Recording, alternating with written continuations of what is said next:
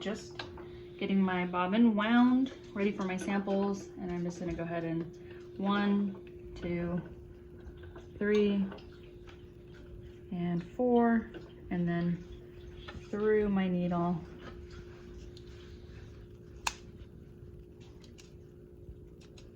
Front to back. Again, if your thread's a little bit frayed, just give it a little cut at an angle, and that'll help. I'm gonna grab my bobbin, thread over and away from me, insert it into my bobbin case with the finger facing up, drag it through. I hear the little clip. I can hang it from my hand, thread on the left side, insert it into your bobbin compartment, hear the click. I'm gonna go ahead and take the spool thread in my left hand with my hand on the left, with some slack on the line. And the nice thing about this machine is if you step on the pedal just once, it will draw the thread up for you. Not all machines do that, but this machine has the ability to do one stitch.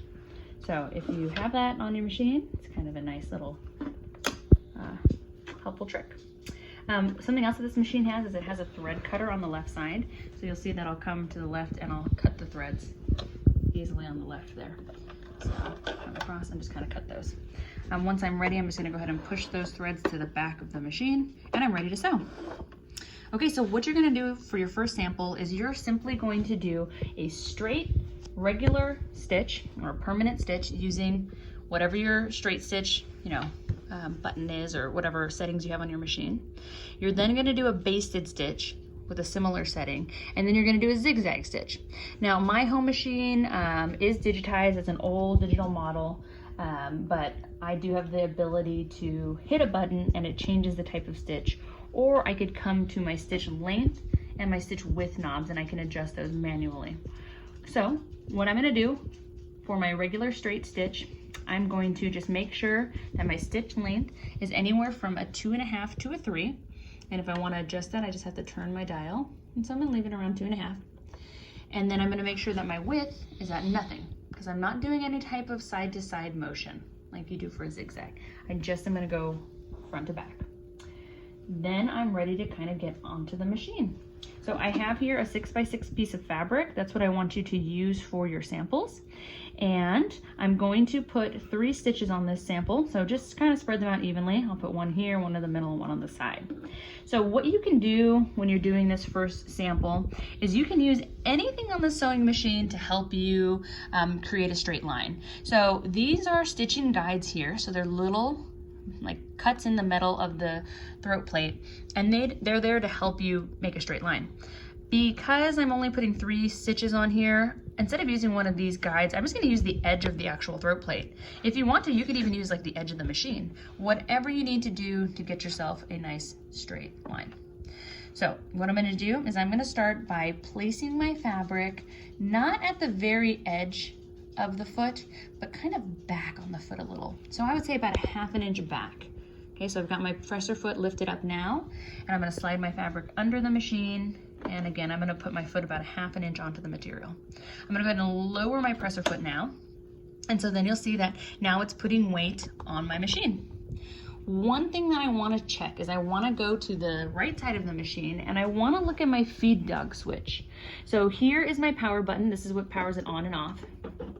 And this is my feed dog switch. If my feed dogs are pointing towards this little mountain, then I know my feed dogs are on. If my machine is pointing to this little like plaid, that means that they're off. So you definitely want to make sure if you have a feed dog switch that you have them to the on setting. Remember, the feed dogs work with the pressure foot. The feed dogs move with little teeth and kind of rotate on the bottom of the machine.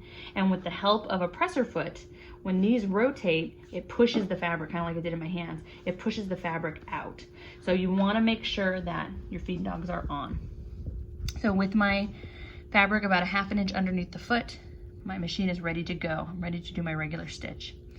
What I want you to do is I want you to hold your threads back to start. I did this on the Juki, but keep that in mind. You want to hold your threads back.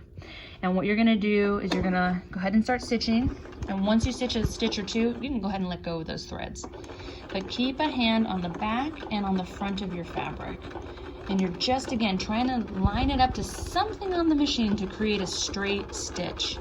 That's what you'll be graded on, is the straightness and cleanliness of this stitch. And so the machine is just working its way down the fabric.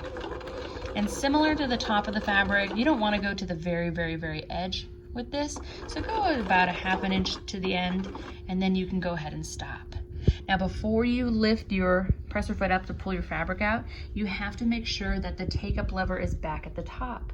The beauty of this type of machine is it has an automatic take-up lever. So it automatically, after every stitch, the second your foot comes off the pedal, the take-up lever goes up. So I know that I'm ready to lift up my presser foot and pull my thread away from the machine and use my thread cutter to cut the thread. Now I picked a color that matches really, really well. You guys don't have to do that. I'm just getting you kind of prepared for your drawstring bag, which is your next project, where this would be a nice thread that would match the color. What I want you to do is I want you to look at the front and the back of the stitch. And again, my threads match really, really well, so it's kind of hard to see them. But you want to make sure that your stitch is really clean, that there's no bumps or lumps or anything weird going on back there. It should be very, very clean. And this is what you want it to look like when you're stitching your projects. You want it really to kind of blend in. I'll ask you to get in the habit of cutting your threads nice and short, just so they're kind of out of the way. Okay. And that stitch is done. So that's one of 3 stitches that you're going to place on this fabric. The next one you're going to do is a basted stitch, and it's essentially the exact same thing, except you're going to change your stitch length. Now remember, the stitch length determines how little or big the stitch is, and when you have a stitch length of about 2.5 to 3, that's a regular permanent stitch. It's strong. But if we're to crank this dial and take that length to a 5, that means that the stitches are really big and they're looser, which means that they're temporary. So I want you to practice a basted stitch. So we're going to do the same thing. I'm going to use something on my sewing machine as a guide for a straight line, and I'm going to place my fabric under the foot about 1/2 inch back, and then I'm going to stitch holding the threads down for the first couple stitches. Then I can let them go. And I'm just going to keep a hand on the front and the back. And you'll notice that this stitch goes quite a bit faster because it is larger. And I'm going to stop about 1/2 inch from the bottom. Before I lift up my foot, my take-up lever is at the top. Again, this machine's great because it does it automatically. Lift up the presser foot, pull the thread away from the machine, use my thread cutter to cut the thread, and then you'll see here's a nice dark area. You can see that this stitch is much larger than this stitch over here. This stitch is actually quite small and pretty, tight, whereas the basted stitch is much larger. And again, the reason for that is it's a temporary stitch, and you can remove it easily. Now the last stitch I want you to do on this sample is I want you to do a zigzag. So with my machine, it's really easy to just hit the number 2, which is a certain type of a zigzag that's preset for the machine. Or if you don't have the luxury of the buttons, that's fine. I'm just going to go ahead and hit 1 again. And I'm going to go over here to the stitch width and the stitch length. I want to make a zigzag, so I want to give it some width, which means that I want the machine to jump side to side, not just moving up and down or, front to back. So I'm going to go ahead and adjust this, and I'm going to do a 2.5. And I'm just going to go in the middle of 0 to 5. And then I'm going to take my length and I'm going to take that to a 2.5. So I'm going to have a pretty average medium-sized zigzag now with my width at 2.5 and my length at 2.5. And I'm going to do a zigzag there. Same thing. I'm going to use any part of the machine that I can to make a straight line, back up the fabric 1/2 inch, hold the threads down to start, and sew. Once I make a stitch or 2, I can let go. And again, I'm just running up against this line to keep my stitching straight.